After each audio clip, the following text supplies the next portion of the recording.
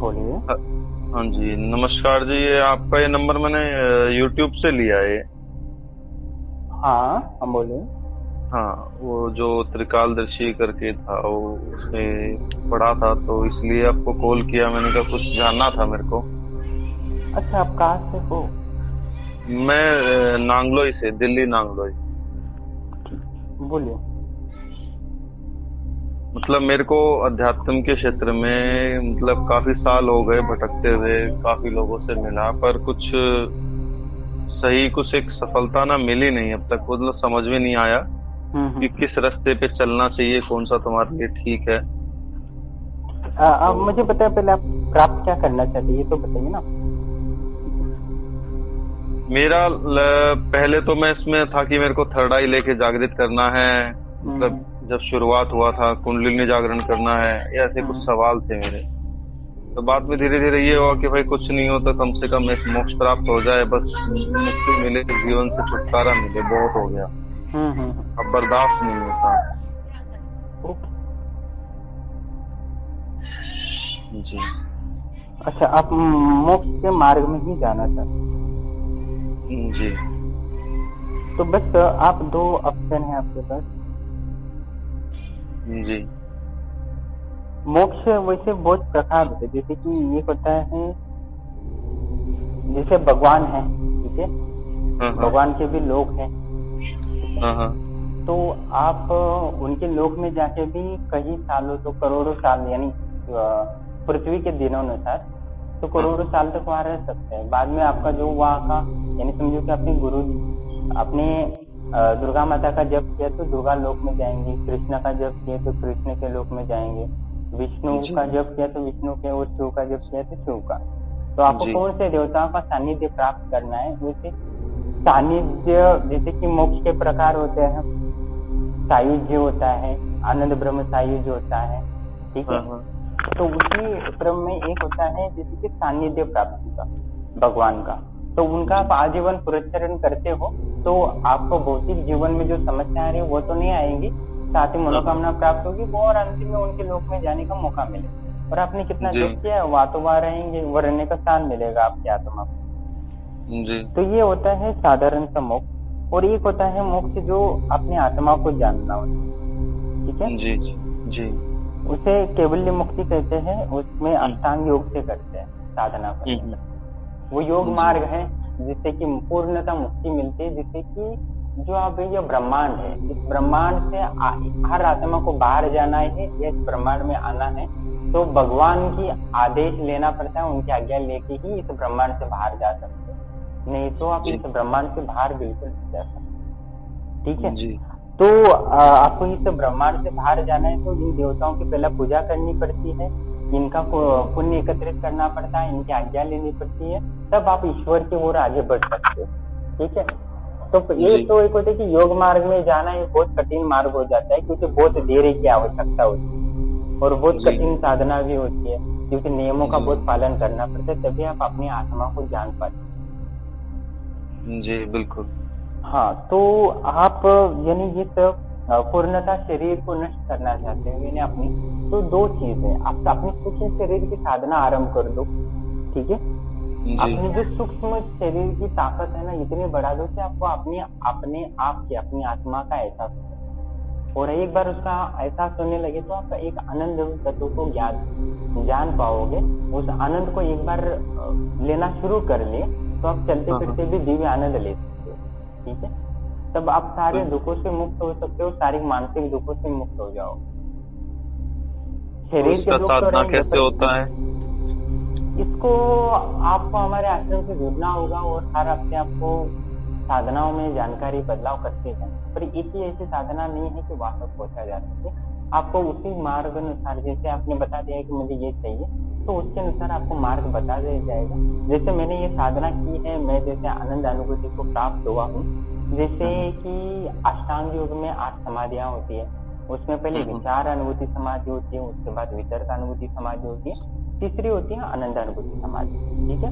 जी। उसके बाद वैसे ही उस आनंद की अस्मिता अनुभूति समाधि हुई, आत्मा की स्थिति बढ़ाते हैं, जैसे केवल्य अनुभूति होती है, ठीक है। जी। उसमें से बात इतना ही होती है कि उसमें सिर्फ आत्म स्वरूप में देखा जाता है तब वो स्वतः ही आत्मा कहने लगते हैं अहम ब्रह्मास्मि, यानी मैं भी परमात्मा जैसा ही और उन्हीं का हूँ। जब ये जान पाते हो तो आप सत्चित आनंद को प्राप्त कर पाते हो और उस आनंद में रमन करना शुरू कर देते हो, तो आप वैसे ही मुक्त हो जाते हो। जब आपकी मृत्यु होती है तो आप ब्रह्मलोक में जाने के अधिकारी बन जाते हो। ये होता है, ब्रह्मलोक अलग है और देवी देवताओं के लोग अलग है। और जैसे कि कुछ लोग होते हैं, जैसे साधु संत होते हैं, जैसे शिरडी के बाबा हैं जो एक साध्वी थी आनंदमाई, वो उनके भी उन्होंने अपनी ऊर्जा बल से अपना खुद का लोक बना लिया। जैसे कंप्यूटर में एक फाइल बना लेते हैं, एक कंपनी से भी फाइल होते हैं ओरिजिनल फाइल, बाद में छोटे भी फाइल बना लेते हैं, वैसे ब्रह्मांड में अपनी ऊर्जा के अनुसार कुछ साधु संत अपनी भी लोक बना लेते हैं।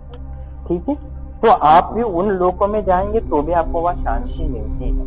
ठीक है, तो ये भी मोक्ष का ही प्रकार है। तो आपको सोचना चाहिए कि आपको वो केवल आनंद तक जाना है या देवताओं के लोग जाना है या ये साधु संतों के जो वो टेम्पररी है उनके पास जाओगे तो भी हो जाता है। जैसे शिरडी के साईं बाबा है तो उन्होंने वो भी एक साधारण संत ही थे, पर बहुत सारे लोगों ने उनकी पूजा पाठ की, उनको बहुत सारा भोग चढ़ाया तो उनको ऊर्जा बहुत प्राप्त हुई। यानी जैसे देवताओं की पूजा करते हैं तो आपको तो ऊर्जा मिलती है, साथ ही उस देवता को भी ऊर्जा मिलती है। ठीक है, वैसे आपकी सूक्ष्म शरीर की कोई पूजा करे तो वो जो आपकी सूक्ष्म शरीर की पूजा करता है उसको भी आपको ऊर्जा मिलती है और आपको भी ऊर्जा मिलती है। जैसे हम पितरों की पूजा करें तो पितरों की पूजा करेंगे तो पितरों लोग जाते हैं, तो वहां भी आप कुछ सालों तक करोड़ों सालों तक लाखों सालों तक रहते हो तो भी आपको वो सुख मिलता है। और यहाँ की भौतिक सहायता भी वो करते हैं, जैसे धन और परिवार की वो जो अघटित घटनाएं होती है उनमें भी वो संरक्षण प्रदान करते हैं, जैसे देवता करते हैं।